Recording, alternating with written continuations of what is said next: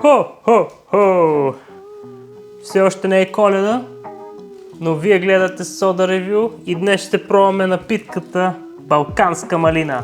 Това нещо сигурно го очаквате откакто пуснах онзи влог, където ви показах, че съм намерил някаква странна напитка, на която ще правя ревю. Истината е, че я забравих в хладилника, беше в дъното и аз тотално забравих, че съществува. За мое щастие, това е негазирана билкова напитка, стевия, годжи бери, шипка и бабини зъби. Бабини зъби? Да. Което исках да подчертая, че това е негазирана билкова напитка, затова няма проблем, не се е разгазирала, понеже никога не е била газирана. Може да се е газирала, между другото. Но нека да видим как докарва балканска малина. Айде, да отваряме. О, това беше много лекичко.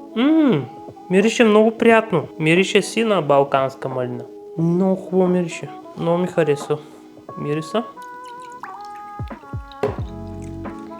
Развалих си close-up шота. Така. Нека пробваме балканска малина.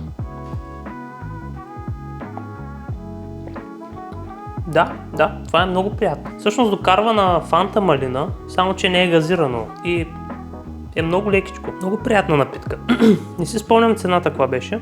Няма и добавена захар. Добре, определено тая билкова напитка ми харесва. Честно казано бих и дал може би 7 от 10.